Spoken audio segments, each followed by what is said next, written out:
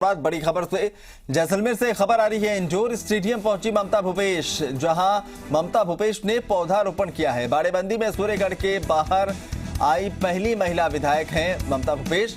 Collector आशीष मोदी और IAS के पाठक भी उनके साथ नजर आए। तो बाड़ेबंदी में सूर्यगढ़ से पहली महिला विधायक जो बाहर आई हैं, इंडोर स्टेडियम पहुंची मंत्री ममता भूपेश, वहां पर पौधारोपण किया। तस्वीरें आपके सामने हैं।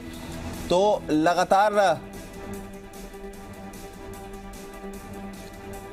लगातार ये बातें कही जा रही थी कि बाड़ेबंदी के भीतर जो है विधायकों को तमाम तरह की छूट दी गई है। इसका एक नजारा ये भी देखने को मिला। पौधारोपण करने के लिए ममता भूपेश बाहर आई। लाइव हमारे साथ ज्यादा जानकारी के साथ मनीष रामदेव जुड़े हुए हैं। मनीष, ये तस्वीर कम से कम ये संदेश देती हुई नजर आ रही है कि जो बार बार बीजेपी की तरफ से कहा जा रहा था बाड़ेबंदी है, आपने कैद कर रखा है, ये भी एक संदेश बार बार दिया जा रहा है कि एक के बाद एक करके विधायक बाहर आ रहे हैं। कोई मॉर्निंग वॉक करने निकलता है, कोई अपने किसी दूसरे काम से। पौधारोपण के लिए ममता भूपेश निकली है, क्या कुछ उनका कार्यक्रम था और क्या उनसे बातचीत हो पाई है?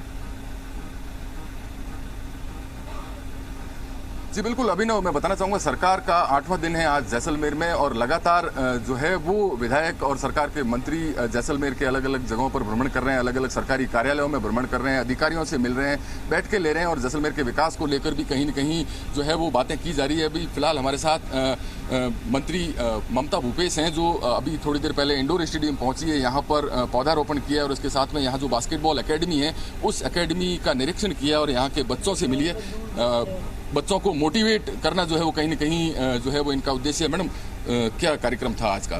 देखिए, हमारे विभाग द्वारा, महिला बाल विकास विभाग द्वारा वृक्षारोपण का पखवाड़ा हम लोग 30 जुलाई से 15 अगस्त तक मना रहे हैं और हमने यहाँ पर उसी संदर्भ में वृक्ष भी लगाए हैं। सबने प्लेनिटेशन किया, कलेक्टर साहब ने, हमारे सेक्रेटरी ने और तमाम लोगों ने।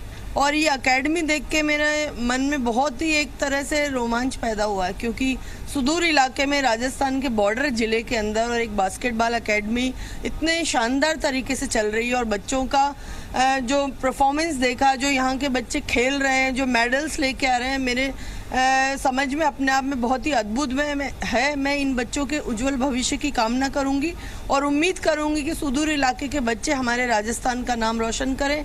एक तरह से पूरे देश और दुनिया के अंदर पता चले कि किसी प्रकार से भौगोलिक दृष्टि से अगर कोई ज़िला अपने आप में विचित्र बातें रखता है, जैसे यहाँ पे कहते हैं गर्मी है, रेतीले धोरे हैं, ये सब चीज़ें यहाँ के बच्चे कुछ नहीं कर सकते, यहाँ पे पेड़ नहीं लग सकते, तो इनके चीज़ों के संदर्भ में मैं कहूँगी कि यहाँ के बच्चे, जो कोच है मिस्टर विश्नोई, इन्होंने जो सारी बातें बताई और हमने जो फोटोग्राफ्स देखे अपने आप में बहुत ही मिसाल देने वाली। मैं बच्चों के और भी बच्चों से आह्वान करना चाहूँगी कि बास्केटबॉल के जितने भी प्लेयर्स हैं जो खेलना चाहते हैं वो यहाँ आएँ, इस एकेडमी में शामिल हों और अपना भविष्य बनाएं। मैम, एकेडमी अभी आपने निरीक्षण किया है, एकेडमी में फिलहाल बहुत अच्छी एकेडमी है और बहुत अच्छी परफॉर्म पिछले कई सालों से कर रही है।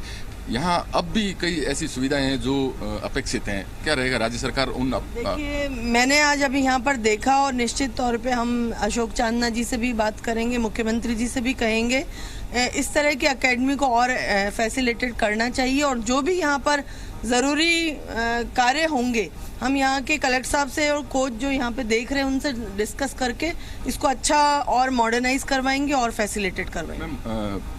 पिछले 7-8 दिन से प्रदेश की सरकार जैसलमेर में है। कल तीज का त्यौहार था, किस तरह से मनाया घर से दूर? देखिए, कल तीज का त्यौहार था और एक बहुत ही सौहार्दपूर्ण वातावरण के अंदर हम सभी महिला विधायकों ने इस त्यौहार को मनाया और मैं कहूँगी कि मेरे मन में तो हमेशा ये स्मृतियाँ रहेंगी कि हम अपने घर के अंदर अपने परिवारजनों के साथ एक प्रोग्राम करते हैं, लेकिन कल जो हमने कार्यक्रम किया, विभिन्न जगह से आई हुई हमारी विधायक बहनें जो कि राजस्थान के अलग अलग जिलों से आई हैं, अलग अलग कल्चर के साथ में जीती हैं अपना जीवन, हम सब लोगों ने मिल के एक ऐतिहासिक, एक मेमोरेबल तीज का त्यौहार मनाया। मैं समझती हूँ हमेशा मेरी स्मृतियों में रहेगा ये।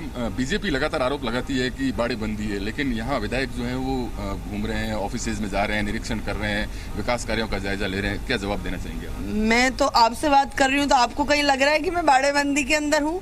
ये सब मिथ्या और झूठी आरोप हैं, किसी तरह की कोई बाड़ेबंदी नहीं है। हम लोग यहाँ पर हैं। और मैं तो कहती हूँ सरकारों को आने वाले समय में भी, हमने मुख्यमंत्री जी से कहा कि अन्य जिलों के अंदर भी इसी तरह से विधायकों को साल में 1-2 बार लेके जाएं, जिससे कई जिले के अंदर जो प्रतिभाएं हैं, उन जिलों की जो खूबियां हैं, उनको हम सब लोगों को देखने का मौका मिले। अंतिम सवाल है, 14 तारीख को विधानसभा सत्र होना है, क्या स्थिति रहेगी?